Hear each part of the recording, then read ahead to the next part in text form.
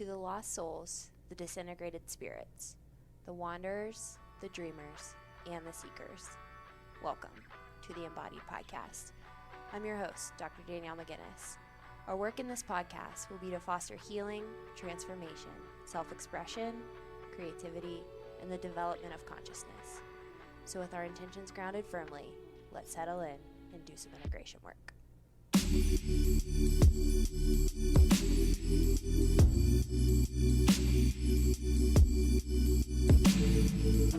Hey friends, happy Thursday and welcome back to another episode of the Embodied Podcast. If you guys are loving what you're hearing on the show, I would really appreciate it if you slid over to iTunes, dropped a 5-star rating or a written review, and just let me know what you are loving about the show, what you want to hear more of, what you want to hear less of. Any and all feedback is welcome. That feedback gets the show organically into more ears and more souls across the world. So in today's podcast, I want to go over a quote that I heard Robbie Bosnack say in a lecture that I was listening to. And he said that the art of working with images requires precision.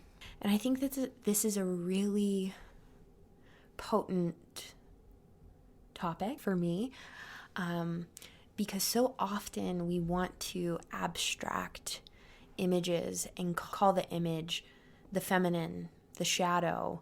If you're in the Jungian world, the anima, animus, the self, we jump to making assumptions about what that is. And if we really think about it, what is the feminine? There's so many different qualities and aspects and images of the feminine that if we don't get particular and precise with the way that we're working with images, then what we do is we keep those images at an abstracted level and they haven't coagulated into concrete material existence and experience. And what that does when we are working with abstracted images, it keeps distance and separation between psyche and body, and it keeps us split. And I wanted to read a section out of a paper that I wrote on the problem of mind-body dualism. Maybe I'll read the whole paper on another podcast episode. There's a section in this essay that I wrote about the gifts and the shadows of Jungian psychology in particular. And that's what I want to read because I think it really amplifies why it's important to get very precise, particular, get into the felt sense of what these images are evoking.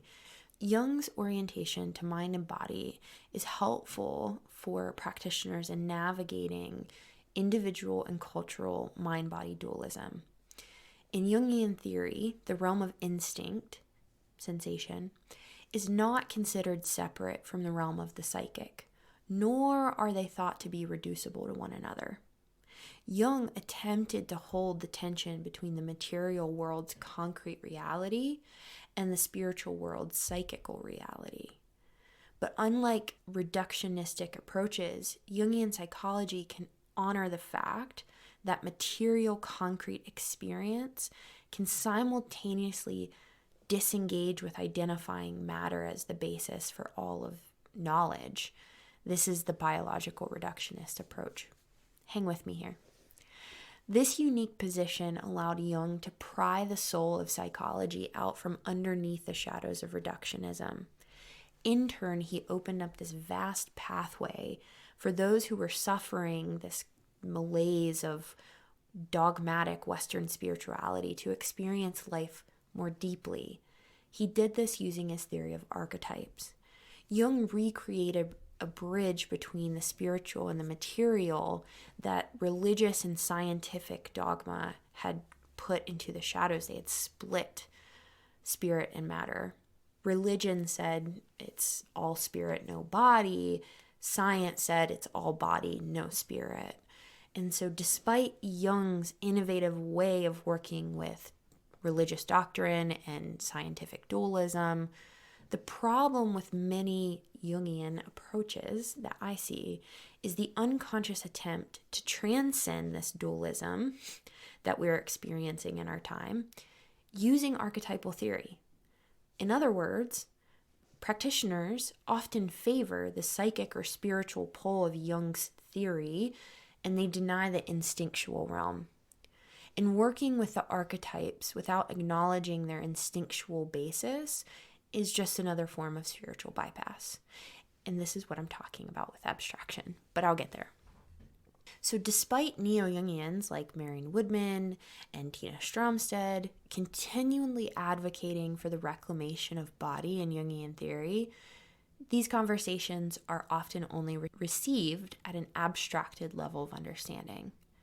Jung describes abstraction as, quote, a form of mental activity that frees contents from its association with irrelevant elements. Therefore, the abstraction of archetypal content may unconsciously determine that the instinctual and sensate roots of the body are irrelevant. Jung said that when I take an abstract attitude to an object, I do not allow the object to affect me in its totality. I focus my attention on one part of it by excluding all the irrelevant parts. So this is what I'm going to pause reading here. This is what I was talking about, is when we take images as abstracted concepts. We take a part of it and we're like, oh, that's my feminine, or oh, that's the feminine. But we don't have an experiential, sensate, instinctual response to the quality of what that material is activating in you. So, going back to my reading, if Jungian practitioners unconsciously abstract archetypal content, this can in turn obstruct them from the difficult task of engaging with and differentiating the somatic content, and along with that, the quality of whatness of the material that we're even working with. And also, here's something that I kind of put in that I'm interested in exploring, is that the intuitive function is commonly a dominant function in the personality of many people who are interested in the Jungian field. Jung states, the peculiarity of intuition is that it is neither sense perception, nor feeling, nor intellectual inference, although it may appear in any of these forms. The intuition function, like sensation, is an irrational function in Jung's four-function model of personality. Intuition, in particular, brings a quick, instinctive perception of what is. Therefore, it's fast, and its origins are in the physical, but are commonly missed. Intuition's role is actually to compensate and balance out undifferentiated sensations. But if practitioners don't slow the system down enough to catch the sensate roots of intuition, of where these images and ideas are coming from, the sensation function becomes more undifferentiated and more chaotic.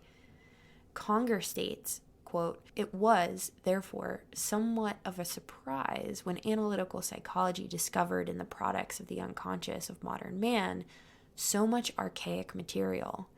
And not only that, but the sinister darkness of the animal world of instinct, end quote.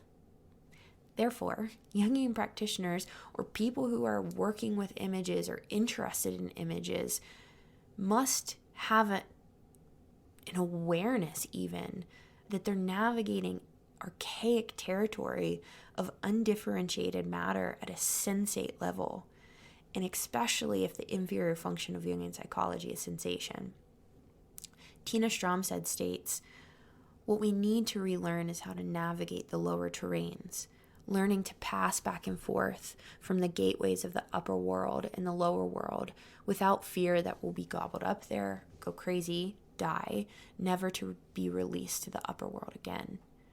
And ultimately, Stromstead is creating a metaphor to amplify and advocate for psychosomatic flexibility between psyche and matter. This flexibility would allow an individual to move through various somatic states in different modes of perception, working with images, without falling into total possession of the unconscious. Stromstead refers to the upper world as a metaphor for the realm of spirit, and the lower world as a metaphor for dark materiality. Unfortunately, for some people, navigating this lower terrain of dark matter, the body, this undifferentiated shit in the body, emotionality, sensation, can only be experienced through images, through myths, through stories, through dreams. And while these metaphors connect the body with this psychic material and serve as a resourceful container for all the high activation of the instinctual energy, we have to remember that these images and myths and stories ultimately have their roots in the body.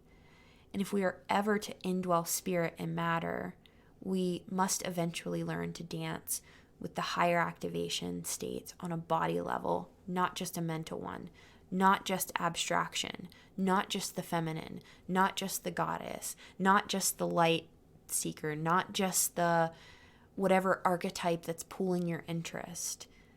If you just say whatever the archetype is without having a precise and particular way of describing the whatness of it, it becomes this empty form.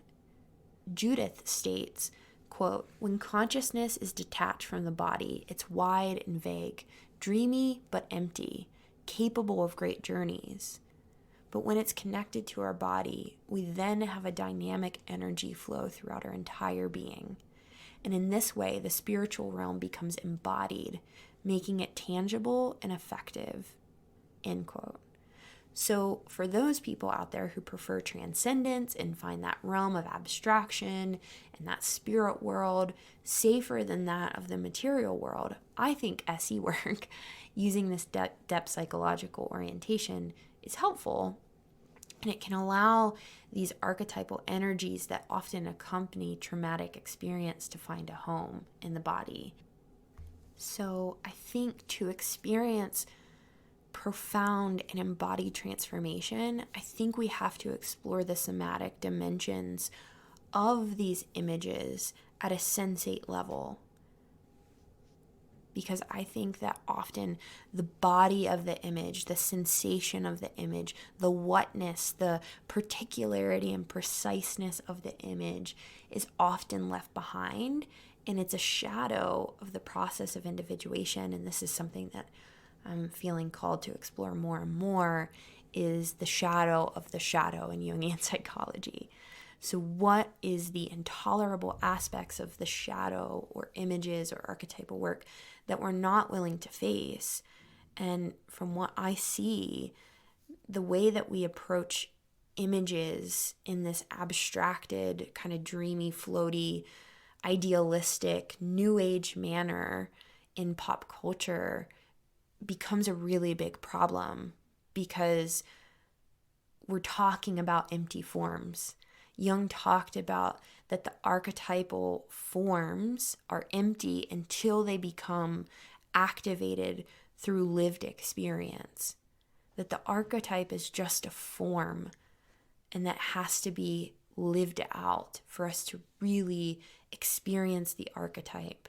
And so this is just a thing that I'm interested in right now. And when we're working with dream images per se, for example, it's really dangerous to say that's the feminine, or that's your shadow, or that's your this, or that's your that.